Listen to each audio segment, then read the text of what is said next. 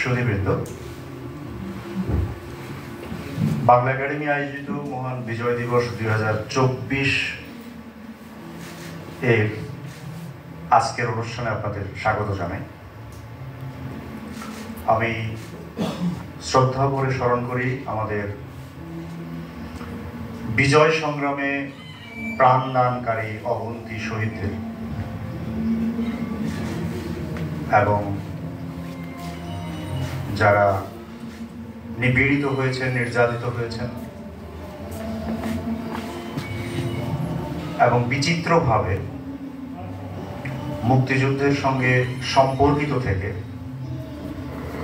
বাংলাদেশের স্বাধীনতা যুদ্ধকে একটি জনযুদ্ধে পরিণত করেছিলেন সেই মানুষদের। বাংলাদেশের মুক্তি সংগ্রামের অপরাপর বিভিন্ন পর্বের আত্মত্যাগকারী মানুষদের প্রতি আমি শ্রদ্ধা নিবেদন করি। সেই মুক্তি সংগ্রামের এক তুঙ্গ মুহূর্ত হিসাবে আবির্ভূত 2024-এর জুলাই অভ্যুত্থানে যারা প্রাণ দিয়েছেন, শহীদ হয়েছেন, তাদেরকে শ্রদ্ধা করে স্মরণ করি এবং একই সঙ্গে কৃতজ্ঞতা প্রকাশ করি তাদের পক্ষে, তাদের জন্য যারা বিভিন্নভাবে এই আন্দোলনে অংশ নিয়েছেন এবং বিপুল পরিমাণে হতাহত হয়েছেন।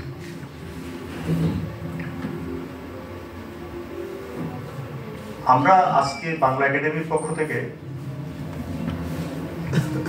সাভারের জাতীয় স্মৃতিসৌধে পুষ্পস্তবক অর্পণ করতে গিয়েছিলাম, শ্রদ্ধা জানাতে গিয়েছিলাম এবং সেখানে আপনারা অনেকেই যেমন খেয়াল করেছেন, আমরাও দেখেছি যে সেখানে বিপুল মানুষের ভিড়। মানুষ সেখানে গেছেন, শ্রদ্ধা নিবেদন করেছেন এবং বিভিন্ন পক্ষ, রাজনৈতিক দল, সাংস্কৃতিক সংগঠন, সামাজিক সংগঠন নিজেদেরকে প্রকাশ করার একটা বড় উপলক্ষ হিসেবে এই দিনটিকে বেছে নিয়েছেন। এটা একটা আশাবাদী হওয়ার মতো ব্যাপার, কারণ আমরা জানি বাস্তবতা হলো এই যে আমাদের মধ্যে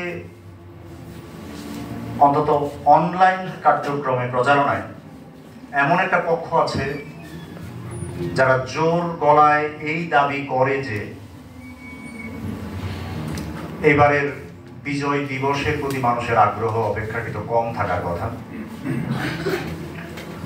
আমাদের মধ্যে আরেকটি পক্ষ আছে যারা স্বাধীনতা সংগ্রাম, মুক্তি সংগ্রাম, ৭১-এর যুদ্ধ এবং বিজয় দিবস এই ব্যাপারগুলোকে নানানভাবে মাহাত্ম্য হ্রাস করে দেখানো, সম্মান হ্রাস করে দেখানোর একটা প্রচারণার মধ্যে আছে।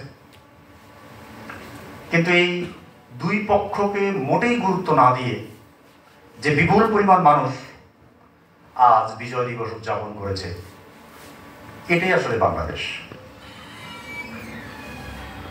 রাজনৈতিক মতাদর্শ পীড়িত প্রচারণার বাইরে এই বিপুল পরিমাণ মানুষের সচেতন অংশগ্রহণের মধ্য দিয়ে বাংলাদেশের একটা রাজনৈতিক সমাজ গড়ে উঠতে পারে, যে রাজনৈতিক সমাজ আমাদের কাঙ্ক্ষিত মুক্তিকামী রাষ্ট্রটি তৈরি করবে, যে ধরনের একটা আকাঙ্ক্ষার জন্য সম্প্রতিও বিপুল পরিমাণ মানুষ প্রাণ দিয়েছে এবং আরো বিপুল পরিমাণ মানুষ প্রাণ দেওয়ার জন্য প্রস্তুত ছিল।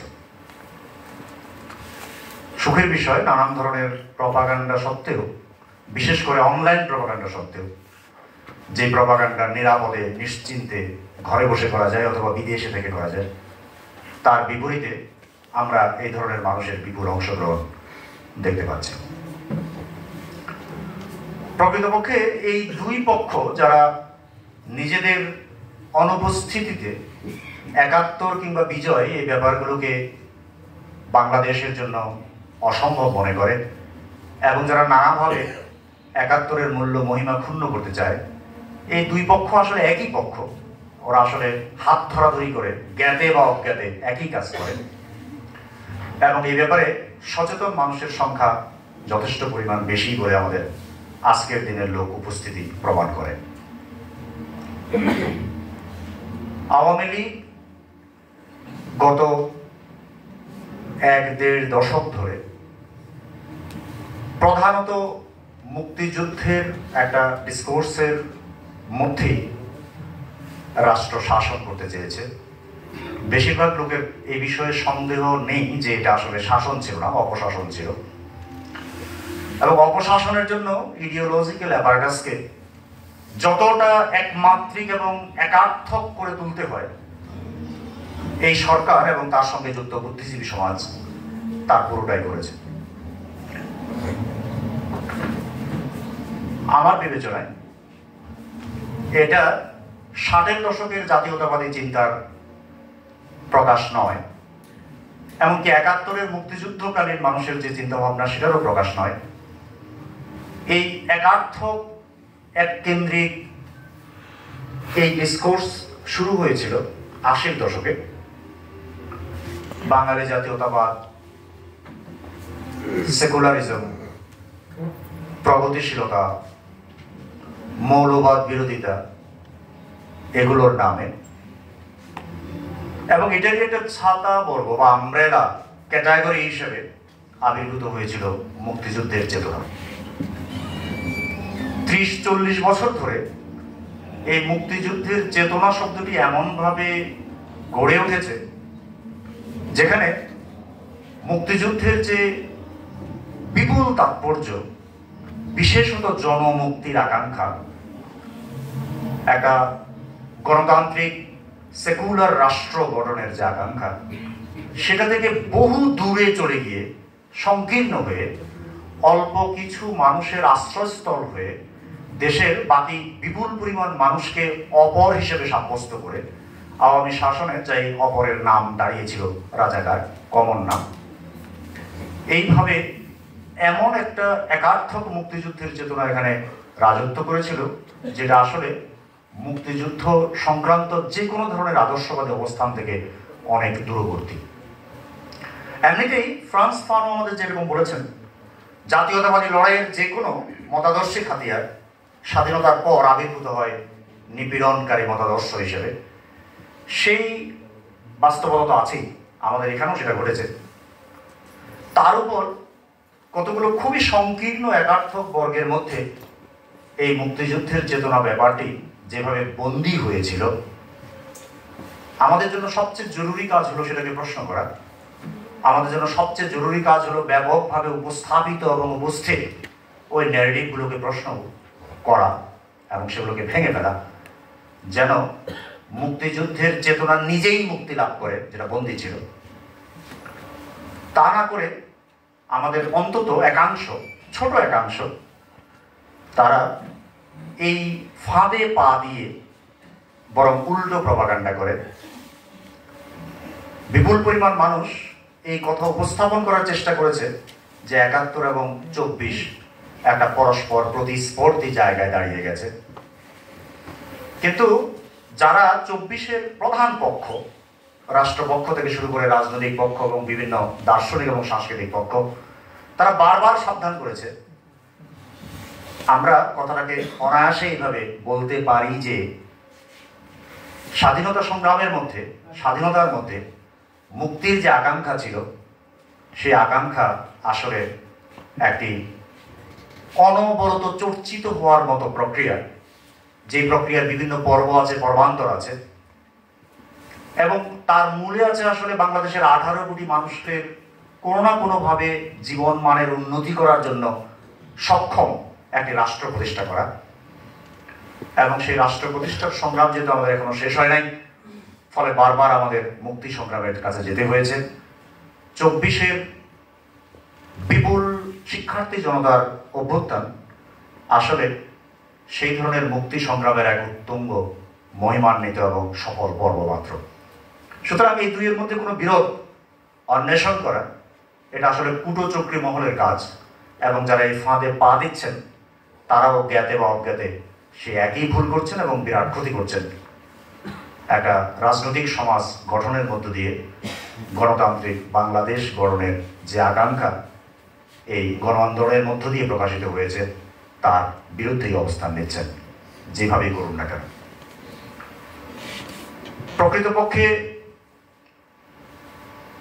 অন্য যে কোনো জাতীয় বড় সংগ্রামের মতো মুক্তিযুদ্ধ ততক্ষণ পর্যন্ত আমাদের জীবনে সর্বোত্তম সুফল বয়ে আনবে যতক্ষণ এটা মিথের আকার না নিয়ে একটা জীবন্ত বাস্তব হিসেবে উপস্থিত থাকবে।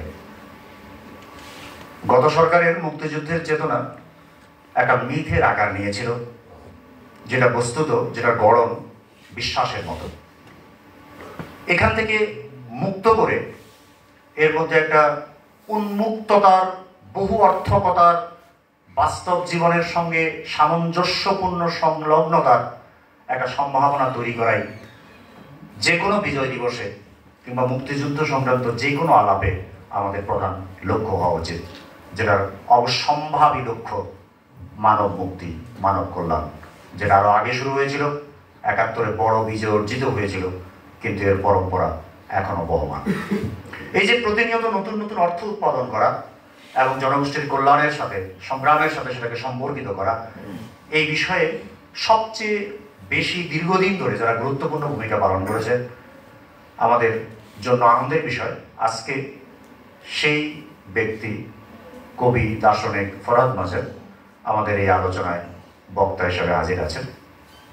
তিনি সেই ১৯৭২ প্রকাশিত তার কাব্যগ্রন্থ খোকন ও তার প্রতিপুরুষেই